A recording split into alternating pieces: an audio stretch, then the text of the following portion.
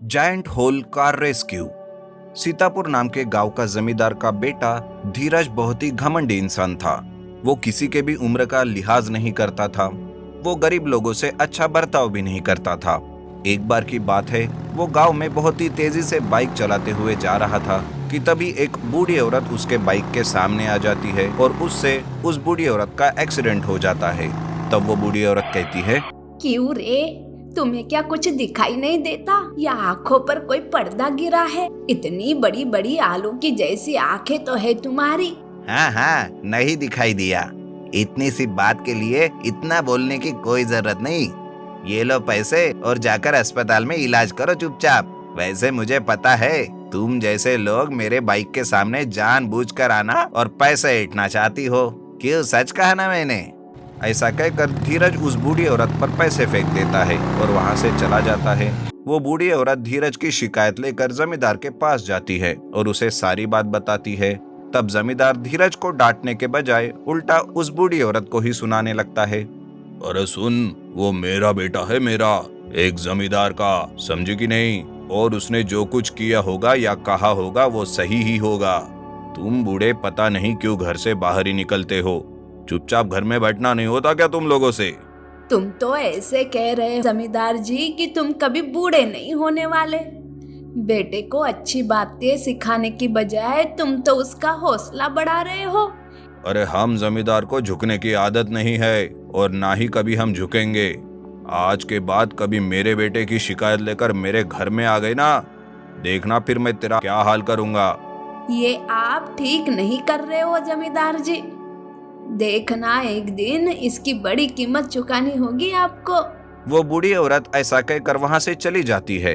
कुछ ही दिनों में जमींदार के बेटे धीरज का जन्मदिन आया और जमींदार ने धीरज को तोहफे में एक कार दी।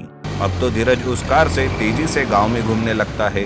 धीरज गांव में से जा रहा था कि उसकी कार से कीचड़ उछलकर रास्ते से जाते हुए एक साधु बाबा पर गिर जाता है। तब वो साधु बाबा धीरज से कहता है, बेटा गाड़ी जरा संभाल कर चलाना चाहिए, तुम्हारी वजह से किसी को तकलीफ ना हो बेटा। अबे जा, बड़ा आया मुझे समझाने वाला। ये ले कुछ पैसे और अपने लिए अच्छे कपड़े खरीद ले। आखिर मुझे समझ में नहीं आता तुम लोग रास्ते पे क्यों निकलते हो बे? ऐसा कहकर धीरज जेब से पैसे निकालकर साधु बाबा के ऊपर फेंकता है। तब बाबा फिर से कहते हैं, बेटा पैसों का इतना घमंड अच्छा नहीं होता। अपनी गलती मानने के बजाय तुम तो मुझे ही अकड़ दिखा रहे हो। ये लो अपने पैसे अपने पास ही रखो। हाँ ठीक है, मुझे क्या, आया बड़ा। ऐसा कहकर धीरज अपनी कार से सामने चला जाता है, लेकिन फिर से पीछे आकर जानबूझकर साधु बाबा पर वो कार से कीचड़ उड़ाता है और वहाँ से उन पर हंसते हुए चला जाता है। तब गांव का एक आदमी साधु बाबा के पास आकर उन्हें कीचड़ साफ करने के लिए पानी देता है और उन्हें धीरज की सारी बात बताता है। तब साधु बाबा कहते हैं, बड़ों से कैसे पेश आते हैं ये इसे बिल्कुल भी पता नहीं है, और पैसों का तो इतना घमंड है उसे, बाप रे बाप। इसका घमंड तो अब मुझे निकालना ही पड़ेगा। दूसरे दिन धीरज अपनी कार से तेजी से गांव के रोड पर चला जा रहा था। तभी साधु बाबा अपनी शक्ति से रोड पर एक बड़ा सा गड्ढा कर देते हैं। धीरज भी तेजी से कार चलाने की वजह से उसे वो गड्ढा दिखाई नहीं देता और वो सीधा अपनी कार से उस गड्ढे में गिर जाता है। धीरज गड्ढे में गिरकर चिल्लाने लगता है। गांव वाले और साधु बाबा भी वहां आते हैं, लेकिन कोई भी धीरज की मदद नहीं करता। जैसे ही ये बात जमींदार को पता चलती है, तब वो भागा दौड़ा वहां आता है और वो कहता है, अरे गांव वालों, तुम सब मेरे बेटे का तमाशा क्या देख रहे हो? उसकी गाड़ी को बाहर निकालने के लिए मदद करो।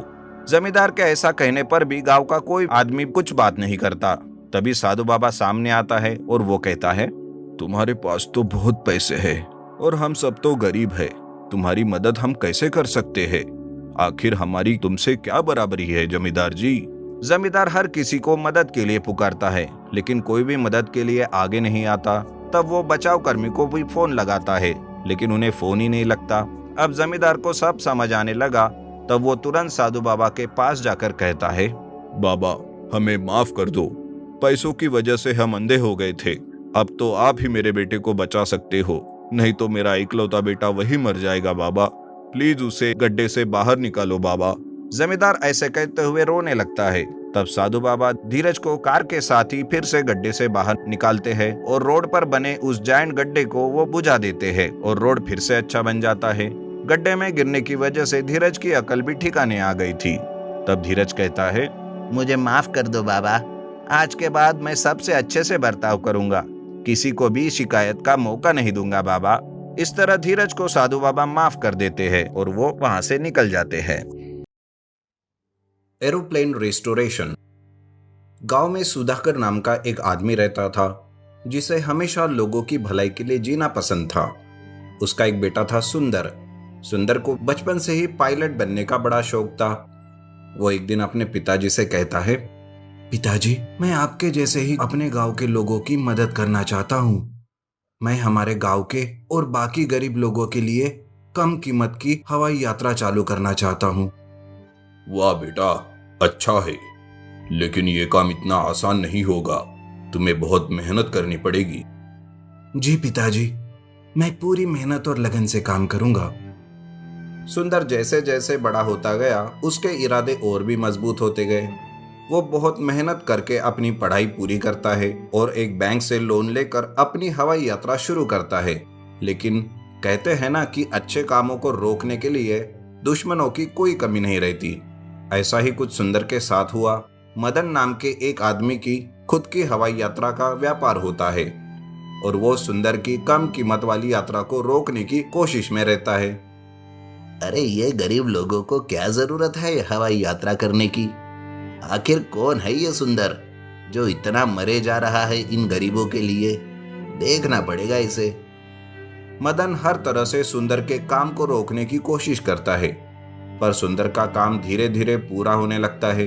वो एक बड़ी कंपनी से हवाई जहाज किराए पर लेता है। उसकी एयरलाइन चालू हो जाती है और टिकट भी बिक जाते हैं। तभी मदन सोचता है, अरे इस आदमी ने तो नाक में दम करके रखा है। मुझे लगा इससे कुछ ना हो पाएगा, लेकिन ये तो काफी आगे निकल गया। अब कुछ ऐसा करना पड़ेगा कि लोग खुद ही उसकी एयरलाइन में ना बैठे। ये सोचकर मदन सुंदर के ही एक आदमी को पैसे खिलाता है और उसके हवाई जहाज में गड़बड़ करवाता है। आखिर वो दिन आ ही जाता है जिस दिन सुंदर की एयरलाइन कंपनी का पहला हवाई जहाज उड़ान भरने वाला होता है। सभी यात्री हवाई जहाज में बैठते हैं और हवाई जहाज शुरू होता है। लेकिन थोड़ी देर रनवे पर दौड़ने के बाद उड़ान भरने से पहले ही उसके प्लेन के एक इंजन में आग लग जाती है। अंदर बैठे एक यात्री को वो आग दिखती है और वो जोर जोर से चिल्लाने लगता है, अरे अरे आग आग, अरे रोको, हवाई जहाज को रोको, इंजन में आग लगी है। उसकी आवाज सुनकर बाकी के लोग भी घबरा जाते हैं और हर तरफ हड़बड़ी मच जाती है। जल्दी से पायलट भी प्लेन को रोक लेता है। सुंदर सारे यात्रियों को हवाई जहाज में से उतार लेता है। एक अग्निशामक आता है और प्लेन को जलने से बचा लेता है, लेकिन तब तक हवाई जहाज का काफी नुकसान हो चुका रहता है। सुंदर हवाई जहाज को देखता रहता है। तभी उसका एक कर्मचारी आकर उसे कहता है, सर, हवाई जहाज का बहुत नुकसान हुआ है।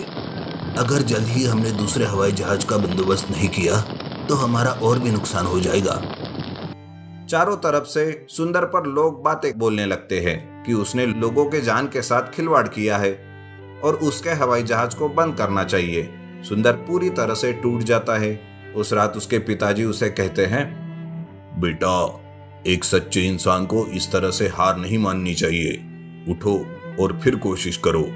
खुद पर लगा हुआ ये आरोप मिटा दो बेटा, और लोगों में अपने लिए नया विश्वास निर्माण करो।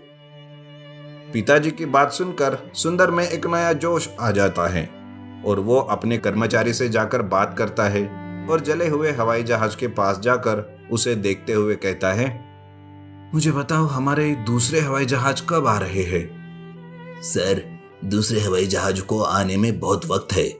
समझ में नहीं आ रहा है कि वापस लोगों का भरोसा कैसे जीते। कहीं ये कंपनी बंद ना हो जाए सर।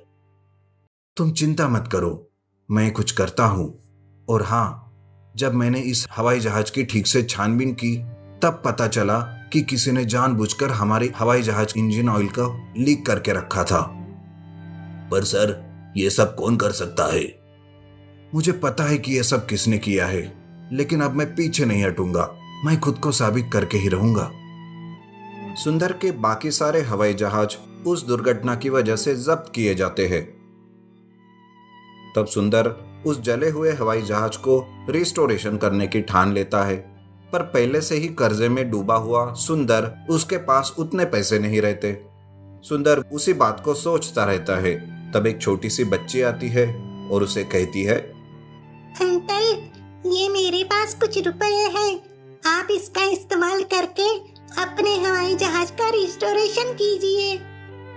छोटी सी बच्ची उसकी मदद के लिए आगे आते हुए देख उसकी आंखें भर आती है। सुंदर उस बच्ची को गले लगाता है। धीरे धीरे गांव के सभी लोग अपने अपने हिसाब से सुंदर को मदद करने के लिए आगे आते हैं और सुंदर के पास काफी सारे रुपए जमा हो जाते हैं। लोगों का सुंदर के प्रति बहुत विश्वास रहता है। आप सब लोग मेरी मदद करने आए, पर क्या मैं आपके विश्वास के लायक हूं या नहीं, इस पर ही मुझे अभी भी शक है। ये बात सुनकर एक गांव वाला कहता है, सुंदर, तुम घबराओ मत, अपने हवाई जहाज का रिस्टोरेशन करो और उस पहली उड़ान में हम सब तुम्हारे साथ हैं। हम बैठेंगे तुम्हारे हवाई जहाज में। गांव से जमा किए हुए पैसों से सुंदर अपने हवाई जहाज का रिस्टोरेशन करता है। उधर मदन बहुत खुश रहता है कि वो जो चाहता था वही हुआ। बड़ा आया था मुझसे मुकाबला करने के लिए, गरीब लोगों को हवाई जहाज में बिठाएगा। अब देखता हूँ कैसे बिठाएगा। सुंदर बड़ी ही लगन और मेहनत से उस हवाई जहाज का रिस्टोरेशन करता है। 7 दिनों के अंदर हवाई जहाज का रिस्टोरेशन पूरा करके बिल्कुल नए जैसे उसे बनाता है। उसी वक्त जिस आदमी ने सुंदर के जहाज में ऑयल लीक करवाया था, वो सामने आकर पुलिस को सारी सच्ची बात बता देता है और किसके कहने पर उसने ये सब किया वो भी बताता है। ये सुनकर पुलिस मदन को गिरफ्तार कर लेती है और उधर सुंदर का हवाई जहाज उड़ान भरने के लिए तैयार रहता है। आज मैं खुद इस हवाई जहाज को उड़ाऊंगा और हाँ, अगर इसमें कोई भी खराबी होगी तो मैं खुद ये कंपनी बंद कर दूंगा। सुंदर सारे गांव के लोगों के सामने ये ऐलान कर देता है। गांव के सारे लोग उसके हवाई जहाज में बैठ जाते हैं। सुंदर जहाज उड़ाता है और उसकी पहली उड़ान कामयाब हो जाती है। इस बात से तो गांव में खुशी का माहौल हो जाता है और सरकार से भी उसके कंपनी के लिए अप्रूवल आ जाता है। इस तरह से जले हुए हवाई जहाज का रिस्टोरेशन करके सुंदर खुद को साबित करता है और गरीब लोगों के लिए कम खर्च वाली हवाई सेवा प्रारंभ करता है।